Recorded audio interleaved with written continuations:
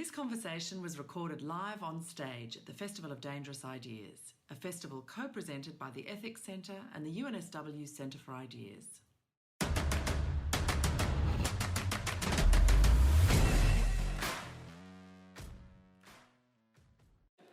My name is Lyria Bennett Moses, and I am the lead of the Grand Challenge on Living with 21st Century Technology at UNSW Sydney.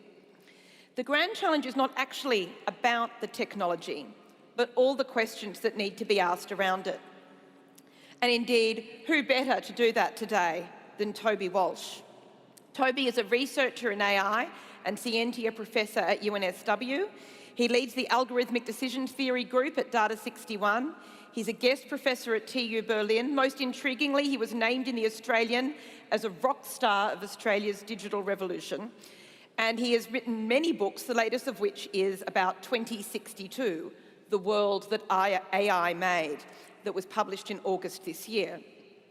He is passionate about the limits of artificial intelligence, the limits we need to put on artificial intelligence for the public good, and in particular has been active in the campaign at the UN and elsewhere around the prohibition on killer robots or autonomous weapons. Now, Toby is on radio and he gives talks and he's very involved in these sorts of debates. So I asked him at one point, how do you do it all? You must have a twin. To which the answer was actually, yes, he does.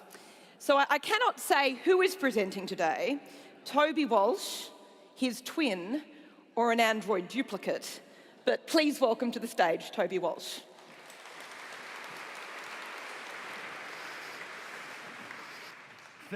Thank you very much, Lyria. I assure you this is the real Toby, not the twin Toby, or even a robotic Toby. So, I thought if I was going to talk about a topic, the end of the world as we know it, I'd better put on my happiest tie. So, I have my happiest tie. And also, before you get too nervous and start checking the ferry timetable and thinking whether you should leave a bit earlier if the world's going to end, there's important things you should do back at home. Let me assure you, it's not going to end immediately. In fact, if you believe the title of my new book, which is the opinion of the majority of my colleagues, other researchers in AI, we aren't going to build machines that match human intelligence till 2062 or so. Actually, there's a huge uncertainty. It's not in the next 10 years. It's not in the next 1,000 years, it's somewhere in the next century. But some of the issues I'm going to talk about actually are already afflicting us. And even without machines that are very smart, I'm starting to get a little bit nervous about where it's going and the important choices we should be making. And I'm going to focus on 3 ingredients, although if you read my book, you'll see there's a few more. But I'm focusing on 3 ingredients today, which I suspect may be the 3 most important ingredients to change the world in a very fundamental way. So the first ingredient, that's the house of cards that we call politics and the rather fractured political debate that we see today, and the way that technologies like artificial intelligence might change that, not necessarily for the better. Now, in deference to Stephen Fry, I'm not going to say his name, but you only have to look at what's happened in the United States to see that politics isn't quite perhaps as many of us would like it to be. You only have to look at the Brexit vote to see that politics isn't exactly what we wanted it to be. And of course, technology has been implicated, social media and the like has been implicated in that as being part of the way that the debate has been fractured. So this is why I'm going to say something about Cambridge Analytica, because there's a lot that should be said about Cambridge Analytica. Now, a lot of the debate has focused on how personal information was stolen from people, and we should be rightly outraged about that. But there's another side to the story which I'm surprised hasn't got as much attention from the media, which is that that information was then used very actively to manipulate how people were going to vote. And much less well known, but it is the case, that not only was Cambridge Analytica involved in that, but Facebook was very complicit. They had 2 of their employees embedded in the Cambridge Analytica's offices in Tucson, Arizona, along with members of the Republican Party, helping them to buy votes. In fact, Cambridge Analytica was one of Facebook's best customers during the presidential elections. And so it's odd to understand how the Facebook executives testifying in front of Congress sounded so surprised. They were very active players in manipulating the vote, and that is, of course, rather bad behavior. But there are other dangerous technologies on our doorstep that also have the potential to disrupt even further how we conduct our political debates. One of them is this idea of deep fakes, the fact that now we can, with AI, with deep learning, we can synthesize audio or video that is indistinguishable from the real thing. Let me play you an example. We're entering an era in which our enemies can make it look like anyone is saying anything at any point in time, even if they would never say those things. So, for instance, they could have me say things like, I don't know, Killmonger was right, or Ben Carson is in the sunken place, or, how about this, simply, President Trump is a total and complete dipshit. Now, you see, I would never say these things, at least not in a public address, but someone else will. Someone like Jordan Peele. This is a dangerous time. Moving forward, we need to be more vigilant with what we trust from the internet. It's a time when we need to rely on trusted news sources. It may sound basic, but how we move forward, the age of information, is going to be the difference between whether we survive or whether we become some kind of fucked up dystopia. Thank you. Unfortunately, that's not the only dangerous technology that artificial intelligence might bring into the political arena. Face recognition, that's another one that has potential consequences to the sort of society we want to be in. Earlier this year in China, there was a rock concert going on, and they used face recognition to scan a crowd of 60,000 people and find a wanted person. Now, the person was wanted, so you might not think that's such a bad news. But that is profound for how we conduct political debate. It used to be the case, if you went out in a political protest in a crowd, you were anonymous. We now have the technology that is no longer the case. You can be found, you can be identified in a crowd of 60,000 people. In China, that sort of technology is being put to uses that are very challenging to help suppress political minorities in the outlying provinces. The Chinese, in case you've got any misconception of where they intend to take this, have called their system Skynet. And their system can scan 1 billion faces, so the population of China, in 1 second. Now, you might say, well, that's China, and whilst we're concerned for Chinese human rights, that sort of thing doesn't happen at home. Well, look at the front page of the Sydney Morning Herald today. Our government has decided, in the interest of national security, that your driving license biometrics, your photograph, your passport photograph, are all going to go into a national database that can be searched by image recognition.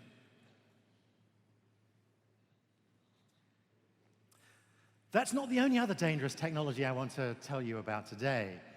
There was an interesting demo in May this year at the Google I/O conference of their latest personal assistant. And I just want to play you a recording of this, just to see what we can do with AI today. How can I help you? Hi, I'm calling to book a women's haircut for a client. I'm looking for something on May 3rd. Sure, give me 1 second. Sure, what time are you looking for around? At 12 p.m. We do not have a 12 p.m. available. The closest we have to that is a 1:15. Do you have anything between 10 a.m. and 12 p.m.? Depending on what service she would like. What service is she looking for? Just a woman's haircut for now. Okay, we have a 10 10 a.m. is fine. Okay, what's your first name? The first name is Lisa. Okay, perfect. So I will see Lisa at 10 o'clock on May 3rd. Okay, great. Thanks. Great. Have a great day. Bye. So in case you didn't work it out, it was the computer making the call. It wasn't scripted. The computer was having a conversation, umming and ahhing, like a real person. So that's our future. I mean, a good way to predict the future is how Val Harrion, the chief economist of Google, says, which is, think what rich people have today. Rich people have personal assistants. And all of us are going to have personal assistants that can do that. They can go and make a phone call for us, book a restaurant table, book a haircut, take over those things in our lives. That's great for making our lives simpler and better, but just think what you could do with that technology if you were a politician. The President of the United States could ring every voter in the United States and have a conversation with them. In fact, that we really can do today. There is a bot that's been trained on the President's tweets. It's called Deep Drumpf, after his German name, and it is indistinguishable from the real thing. It's not a high bar to passing for President of the United States these days. But we could write a program to do that. And just think what a weapon of mass persuasion you would have if you could ring every voter individually. And I haven't finished with technologies that are going to change our lives. Many of us have got Fitbits and smartwatches that we're wearing today that are monitoring our vital signs, our blood pressure, our heartbeat. And if you look at the terms of service, you don't own that data. Now, most of us have probably given up to the idea that we have any digital privacy anymore. We gave that up a few years back to Facebook and the like. But we're about to give up our analog privacy, the most personal things about us, our heartbeat. And just think what you could do if you're an advertiser, if you could tell how people really respond to your adverts. You can lie about your digital preferences, but you can't lie about your heartbeat. And think what politicians could do if during their speech they could see, literally, how the audience was responding. So these will, in the wrong hands, be weapons of mass persuasion. And the tech companies are very aware of this. This is a quote from Facebook's official government pages from 2010, where they said the strategy of using Facebook as a market research tool and as a platform for ad saturation can be used, and these words I find quite chilling, to change public opinion in any political campaign. And that's before we've gone to some of these technologies I just mentioned, which are going to be potentially even more persuasive. And it's not surprising when many people seem to be rather concerned that, at least at the top of these companies, that they're being led by people more driven by the profit motive than necessarily the public good, and where is all the ethics in what they're doing. So that was the first ingredient, our fractured political debate and the technologies that are arriving that have the potential, if we're not careful, to fracture that debate further. So the second ingredient, money, and our rather fractured economic situation. Now, since this is money, and I'm a scientist, I'm going to show you a couple of graphs. This is the first graph. This has my vote for being the most dangerous graph you will see today. This graph has got two lines on it. The orange line is the good news. Since the 50s, you can see an increase in productivity that has driven the quality of life improvement that all of us have been the beneficiaries of. An almost amazingly linear increase through thick and trouble, through the financial crisis. Economic prosperity has grown, productivity has increased, generating wealth that has made our world a richer and wealthier place. Then there's a red line on the graph, and that's the bad news, that's the worrying, that's the dangerous line, which is that until the 70s, this is median wages in the United States. There's a similar graph for Australia. It's not quite as extreme, but in the US, it really is very stark. Median wages tracked productivity. So those gains in productivity that technologies were bringing were shared amongst all of us to make society a better and a happier place. And then in the 70s, something happened. The 70s, when we started to introduce computers widely, when globalization started, when free markets started, those brought great prosperity, they brought great wealth. But when you look at the graph of median wages, you see that wealth is not being shared. And that is fueling the discontent, the increasing inequality that we see in society. There's a similar graph for Australia. It's not as bad. The disconnect doesn't happen to the year 2000, but you can see, nevertheless, a disconnect happening in Australia as well around the time of the dot-com bust in 2000. So that's the first worrying graph. The second worrying graph, we've got, again, the orange line here with productivity, but now we've got total private employment in the United States, and you see that, again, tracked increasing productivity. We were generating more wealth, generating more jobs, even though technology was automating some of them. All good news. But then you see, during the dot-com, we see a worrying sign that we have a disconnect, that private employment is no longer increasing, and increasing numbers of people, especially young males in the United States, aren't actually turning up to look for jobs. And so whilst unemployment numbers have not increased largely, the number of people actually presenting themselves for work, especially in those sorts of age groups, has decreased. That, again, is another worrying fuel to discontent.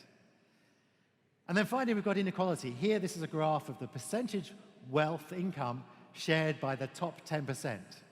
And you see in the 20s, the roaring 20s, it reached close to 50% of the wealth, the income, was shared only amongst the top 10%.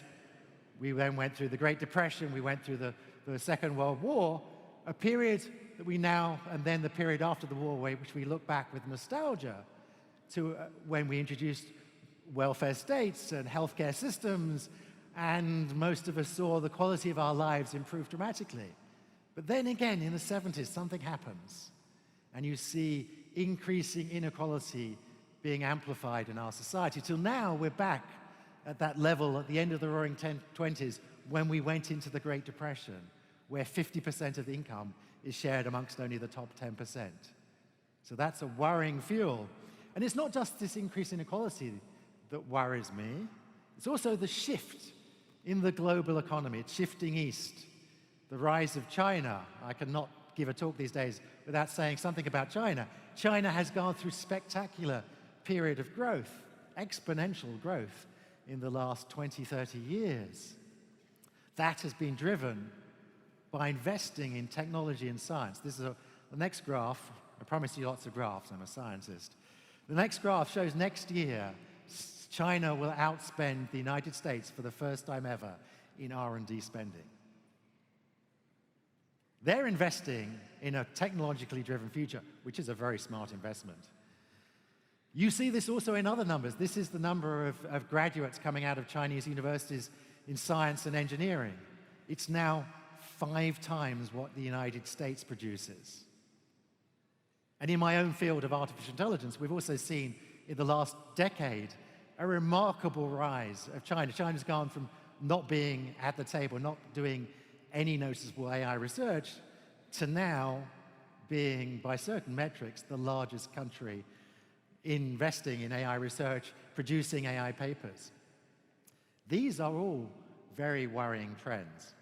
Okay, combined with which, of course, is that we don't see that capitalist economies are actually serving people very well. And that is happening today. It's not something in the future. This is happening today. NAB announced last year, due to digitalization, they were laying off 6,000 members of staff at the same time that they announced almost record profits. We are seeing some of these phenomena happen in our own country. So, those were the first 2 ingredients. We need 1/3 ingredient, and this one is just a match. How can I say it just needs one match on top of those 2 ingredients? Well, let me remind you that the First World War was supposedly started by a single bullet that killed the Archduke Ferdinand, that kicked off a period of great disruption. Now, this is a festival of dangerous ideas. I didn't seek permission for the next demo.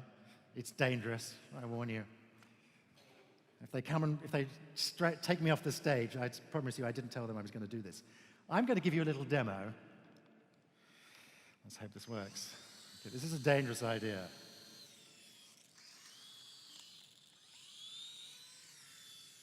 This is an autonomous drone. It's flying itself. It's a simple technology,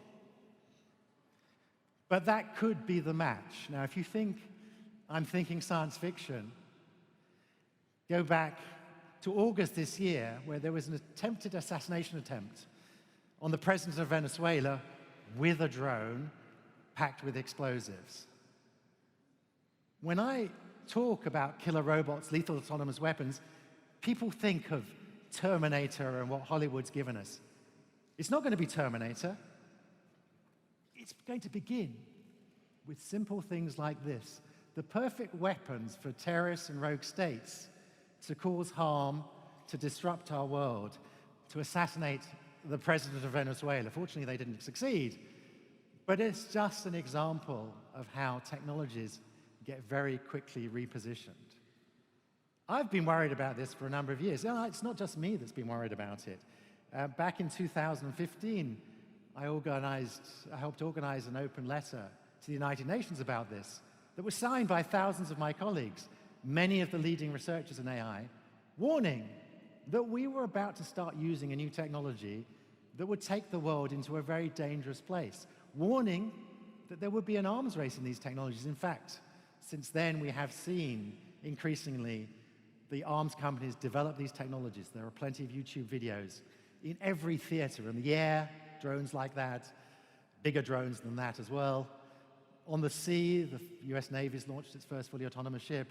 On the land, Russia has its fully autonomous tanks now. And under the sea, there are fully autonomous submarines that are going to change radically the nature of warfare. There will be the third revolution in warfare. The first revolution in warfare was the invention of gunpowder. It was a step change in the speed and efficiency with which we could kill other people. The second revolution in warfare was the invention of nuclear bombs. We could now destroy the planet in a stroke. And these would be the third revolution in warfare. They would let us scale industrialized warfare in a way that we've never done before. One person could do what previously took an army. One programmer could do what previously took an army of people to do. These will be terrible weapons that would follow any order, however evil. They would be the perfect weapons for terrorists. You don't know who's attacked you. It's a machine. And so I've been very concerned about this. I've gone and spoken at the United Nations about this very topic. I'm pleased to say that some people are listening. 26 nations have now called for a preemptive ban, have said there are some technologies that would be better not to be used. Chemical weapons, biological weapons, even now, today, nuclear weapons have all been officially banned by the United Nations. We have an opportunity to ban these technologies. 26 nations have joined the call of my fellow scientists to do this. Most recently, we had even the European Parliament vote to join this call. So there is some momentum, but of course there is resistance. There's plenty of money that's going to be made by arms companies selling the next generation of weapons. There are also people in places like the United States who feel that they could keep a technical lead upon their opponents. Now, of course, you never keep any technology hidden from your opponents. That's what they said about the hydrogen bomb. Russia stole the hydrogen bomb and had it a few years later. So there's no hope that this Pandora's box we could put the technology back in once we've opened it. And I'm sad to say that Australia is one of these nations that is holding back the talks. Australia is sitting on her hands. I have a letter from our ex-foreign minister saying that we reserve the right to see where this technology can take us. And I can tell you where this technology will take us. It will take us to a very dangerous place. It will change the way we fight war. So those are my dangerous ideas, but I don't want to finish quite there. before we take questions. I do want to say, and this was the message in my book as well, the reason that I stand on platforms like this is to persuade people that the future is not fixed. There is this mistake, this idea of technological determinism, that technology is going to shape our future and we are going to have to deal with it. And that is the wrong picture to think of, because society also gets to push back and change the technology. We have some good historical precedents. The Industrial Revolution. When we went through the Industrial Revolution, we've come out of it a much better place, a much better society. Life expectancy here in Australia since the Industrial Revolution has doubled. We live much wealthier lives. We are perhaps much healthier and happier. But we did that not by letting the technology, not letting the machines take over our factories. We did that by making some radical changes to our society. We introduced unions and labor laws to protect the rights of workers. We introduced the welfare state. We introduced universal education so that people were educated for those new jobs. We made some big changes to our society. And it seems that we're going through another period of great technological disruption, and that we will come out of it, I'm confident, a better, happier place, and it will deal with all these wicked problems like climate change that afflict us today. But society has to make sure that the technology is used in warfare and else in a way that improves the quality of our lives. And so there's a lot more I could say. In fact, there's a book worth of things, and I'll be signing copies of my book afterwards. But I just want to end, whilst that may have sounded pessimistic in the short term, I am very optimistic that these technologies will allow us to build robots that do the dirty, the dull, the difficult and the dangerous, to let us sit back and enjoy the finer things in life. Thank you.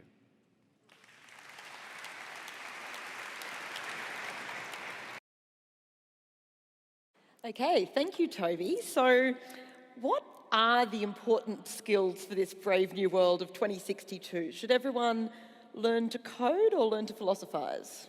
Oh, no way should you. Everyone should learn to code. I mean, there's this idea that STEM is going to be our future. In fact, eventually the computers are going to program themselves. In fact, they're already programming themselves. The whole idea of machine learning is that the computer learns how to do the task. And, you know, a dirty secret is that we're building autonomous cars that can recognize stop signs and will stop automatically at stop signs, but no one on the planet knows how to write a program to recognize a stop sign. We wrote a program that can learn from examples, and we saw lots of examples of stop signs and lots of examples of go signs, and it recognizes the difference between the two. So don't think that programming jobs are going to save us.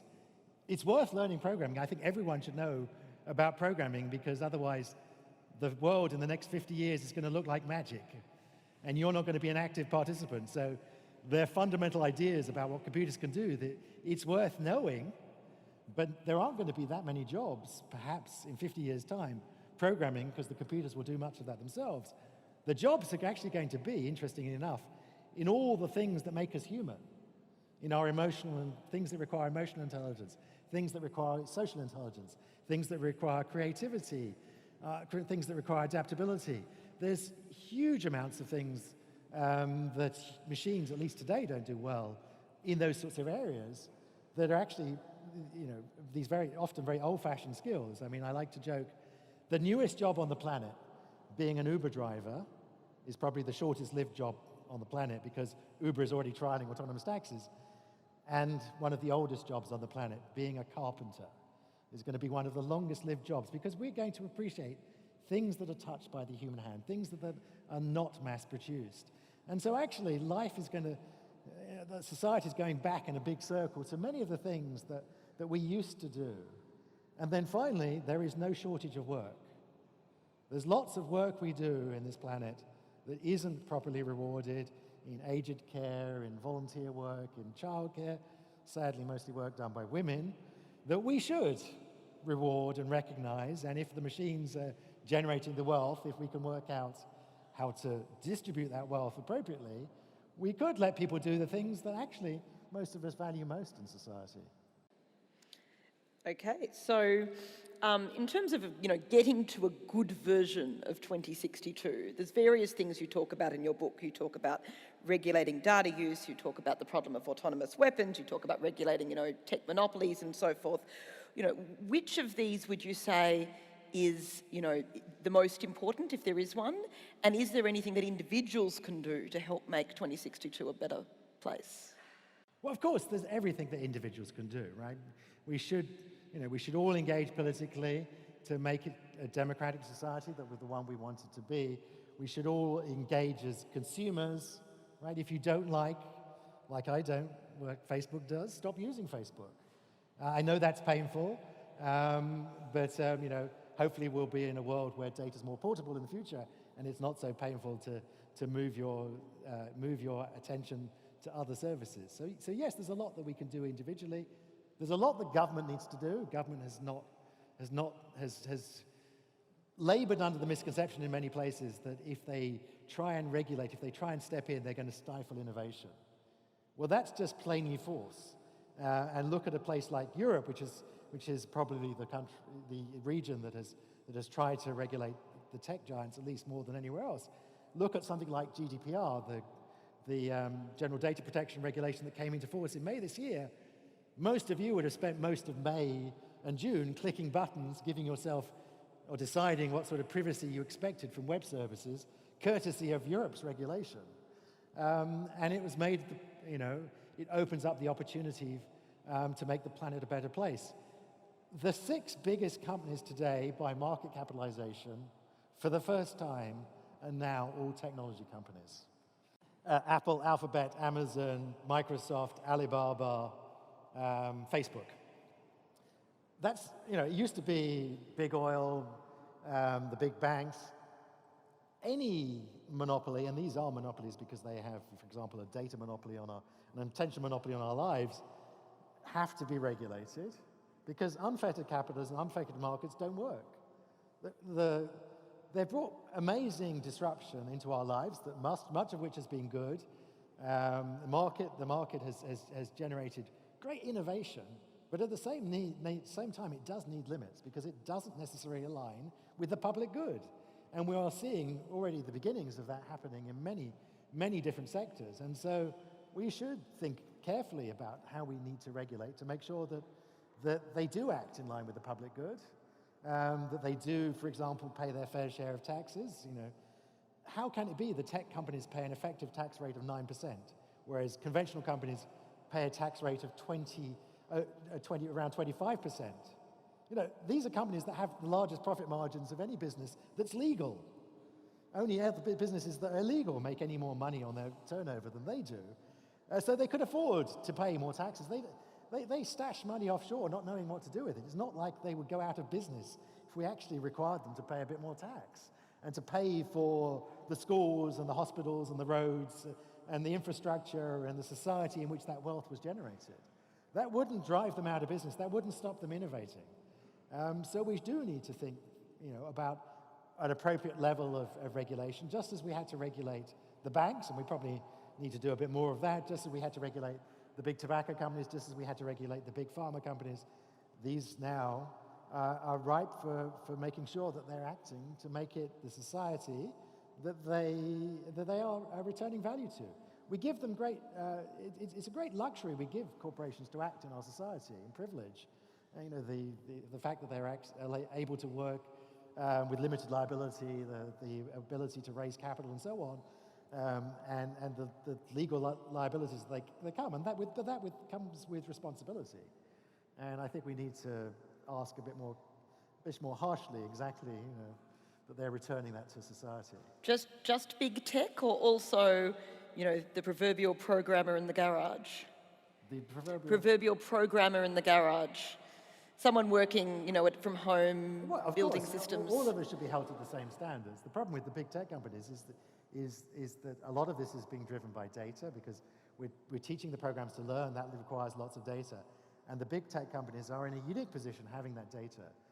And we do run the risk of this wonderful period of innovation that we've seen for the last 20 years that has given us amazing technologies straight out of Star Trek. I mean, a smartphone is pretty much a device that I remember seeing as a child on Star Trek.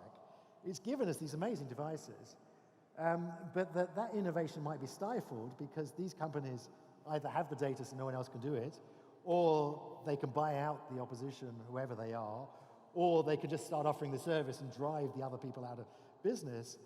And so there are suggestions that I think we need to take seriously that this period of innovation will end if we're not careful to make sure that little people in garages can continue to innovate and build the amazing technologies that will allow us to deal with all these wicked problems that afflict us and let us live healthier, happier lives and use the planet's resources in a more sustainable way and tackle climate change because politicians aren't going to, so technology is going to have to come along and help us. Okay, we're going to move very soon to the Q&A, but before we do that, and while they're all getting ready, one more for you.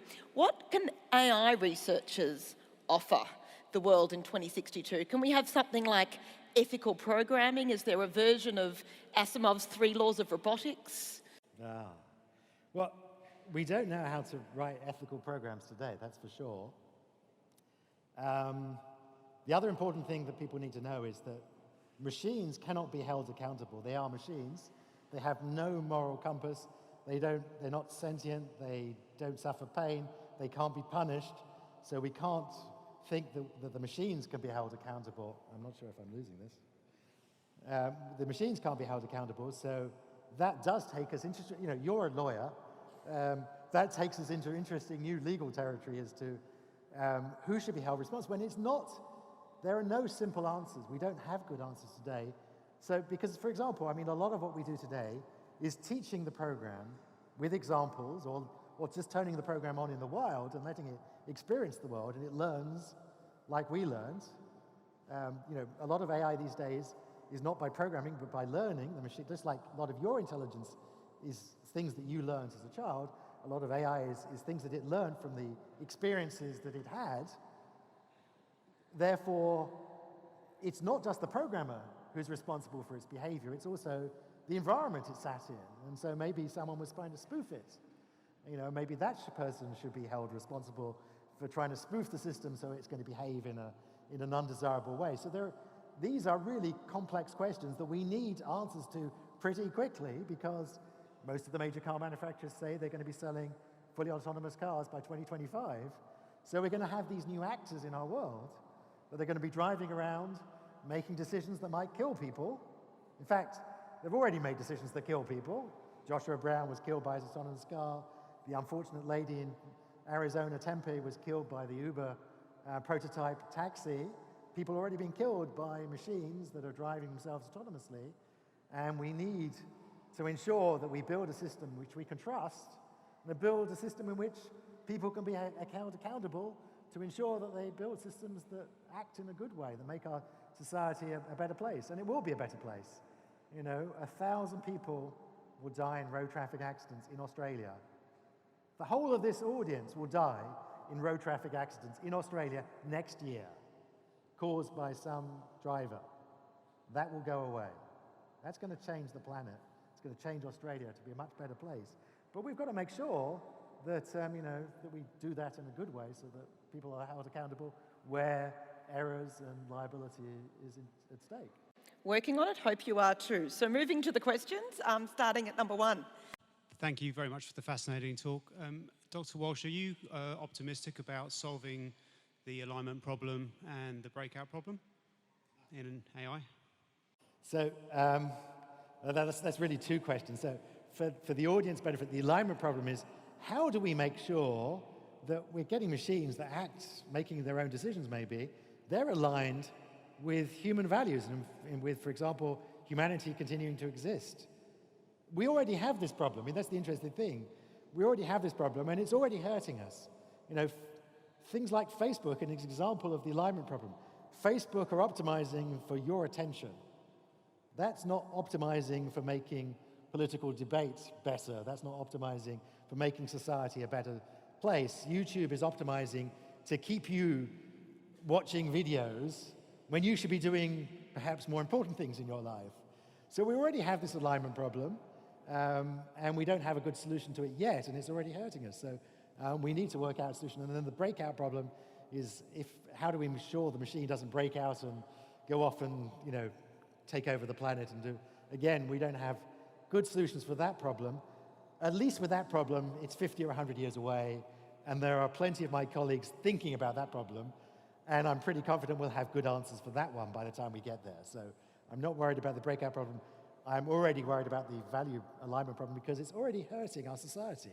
It's already contributing, as I said at the beginning of my talk, to the fractured political debate that we see. Okay, number 4, over this side.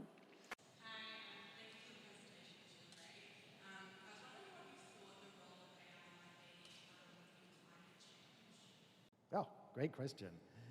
Well, there's 2 ways that AI is going to impact upon climate change. One is a negative way. 5% of the world's energy is being used by data centers, and it's set to rise to something like a fifth of the world's energy. So that's bad news at the moment that we're using more and more of the world's energy contributing to CO2 emissions, and we need to worry severely about that. That's the bad news. The good news, of course, is that we can use these sorts of technologies to actually use the world in a more sustainable way. I work with big multinationals on optimizing their supply chain, how they can reduce their transport costs. And we can walk into pretty much any business that hasn't already done this and save them 10%. That's not just a cost saving of 10% of their fuel bill and their transport bill, that's 10% less CO2. And that's 10% less CO2 every year moving forward. So there are things we can do to help make better use of the world's resources. And we need to embrace technology. The only reason that we live better quality lives than our grandparents is because of all the benefits of technology. And I apologize to all the children in the room.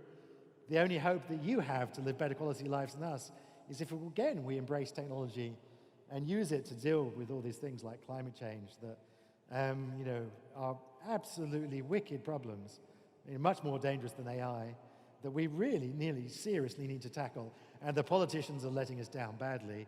And our only hope, as far as I can see, is to try and embrace technical fixes. Okay, number 2 at the back. Hi, Dr. Walsh.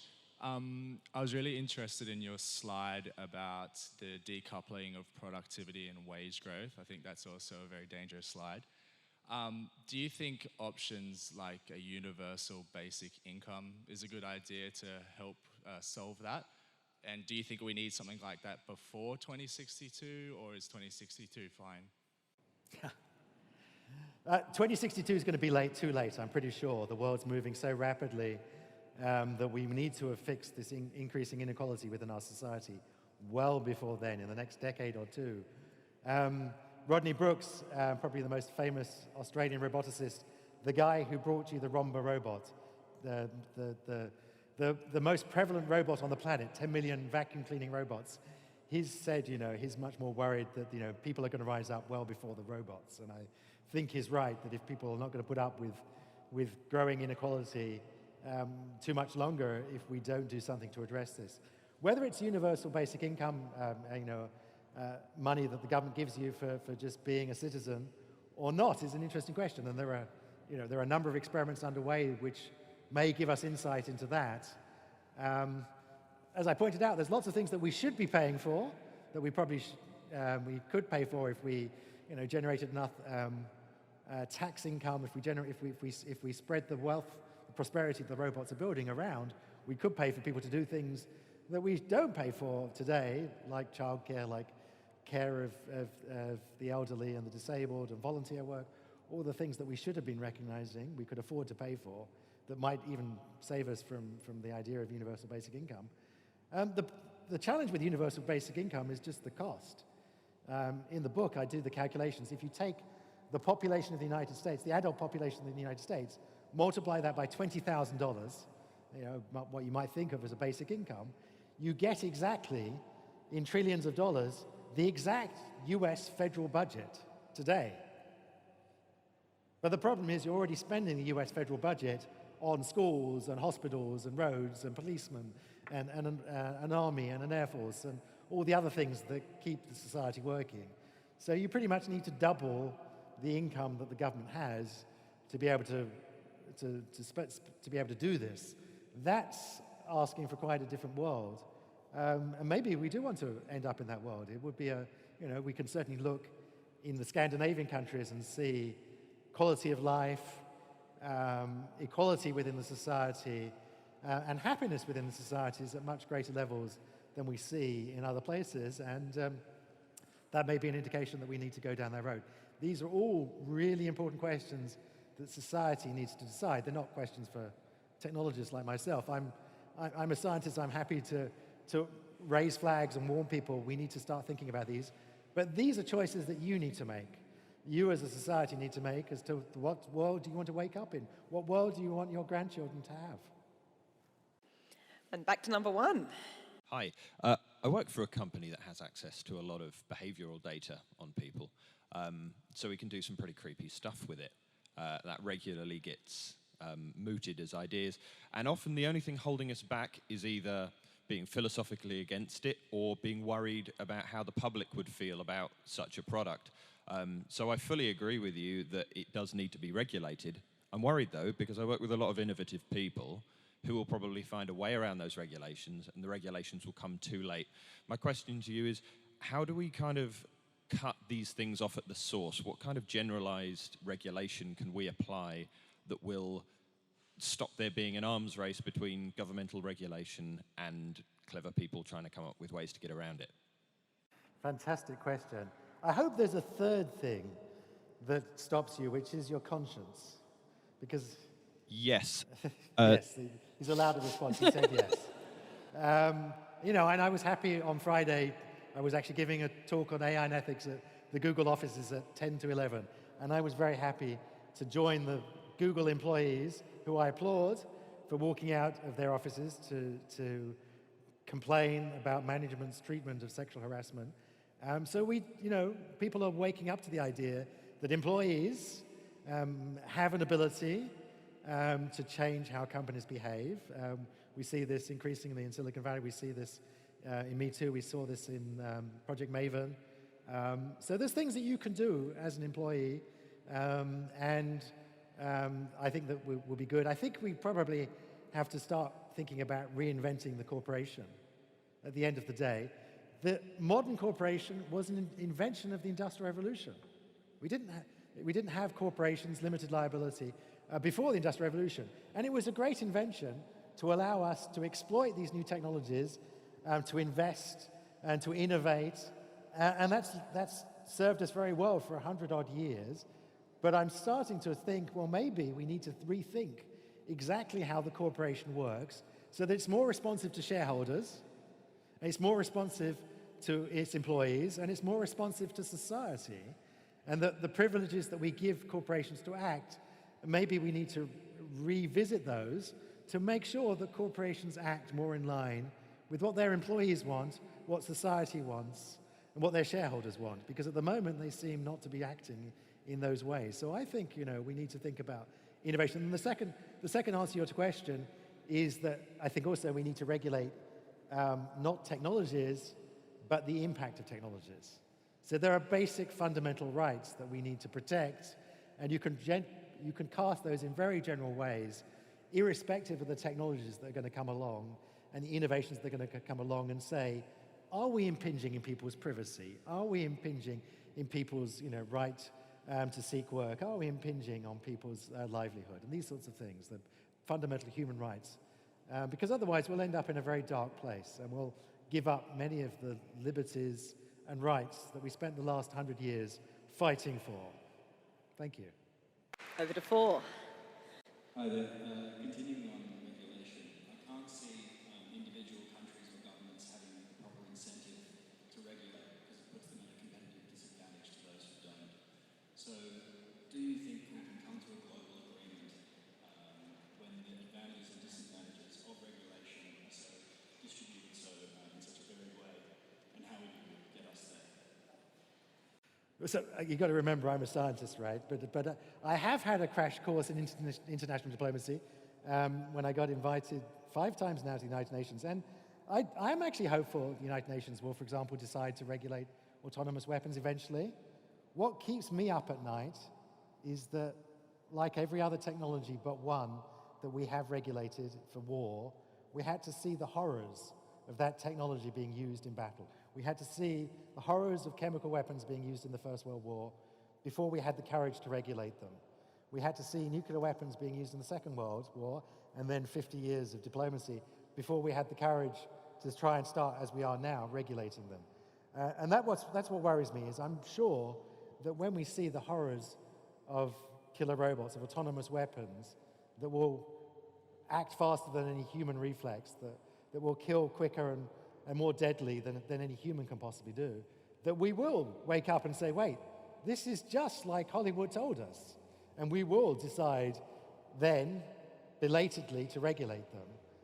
I would hope that occasionally, we have done this with some technologies, well, in fact, with one technology, blinding lasers. We decided before we saw people stumbling around the battlefield, blinded by lasers, that was just a corrupt way, an immoral way to go about fighting, that we just didn't need that. We've got plenty of good weaponry, we've got plenty of deterrence, and we don't need new, faster ways to kill people. So I'm hopeful there that we'll get there. I'm just worried how long it will take and whether we'll have to see them. As for regulating in the business sector, I'm also pretty optimistic because of what's happening in Europe. You see the European court putting billion-dollar fines on the tech companies. Politicians have fortunately woken up to the idea that if you offer a fine that's a fraction of your global turnover, then companies, however big, actually have to sit up and listen. The positive results that we've seen out of GDPR, that's only the beginning, that's not the end, but I think those are promising examples of how we have the opportunity, whether at the European level, whether at the international level, to be able to do things. And at the end of the day, it's about what sort of society we want to have and demand from our politicians that we get it. Okay, back over to number 2. So we spoke about how corporations have used these technologies to exploit societies, and one solution that you offered was government regulation. What do you think individuals can do where government is potentially the source of the problem, as we've seen many countries use these technologies to crack down on political dissidents and the expanding power we see even in countries like Australia and America? Great question, thank you. Well, the first thing is we should all be politically active. Political apathy is not an option. You can't complain about the future you have if you're apathetic about participating in the political discourse. And of course, the technologies let us do that. I mean, that's the strange, sad irony, is that with the Arab Spring, we saw how you could take those same technologies, Twitter and Facebook, and organize and motivate protest for an aim that was going to, try and give those peoples the democratic rights that we here have the luxury and privilege of enjoying for many years. And so, use the technologies to stand up and protest. Don't sit there quietly and wonder why it happens to us if you don't speak and voice your discontent. The politicians are very responsive these days to political dissent, to the Twitter sphere, to social media. In fact, probably too much so. And so let's use the technologies to guide the debate, guide the discussion in ways that it makes Australia the fairer place we want it to be. Always good to end on a call to action. So thank you, Toby. So it is now the end of the session as we know it. Thank you, Toby, for an excellent discussion.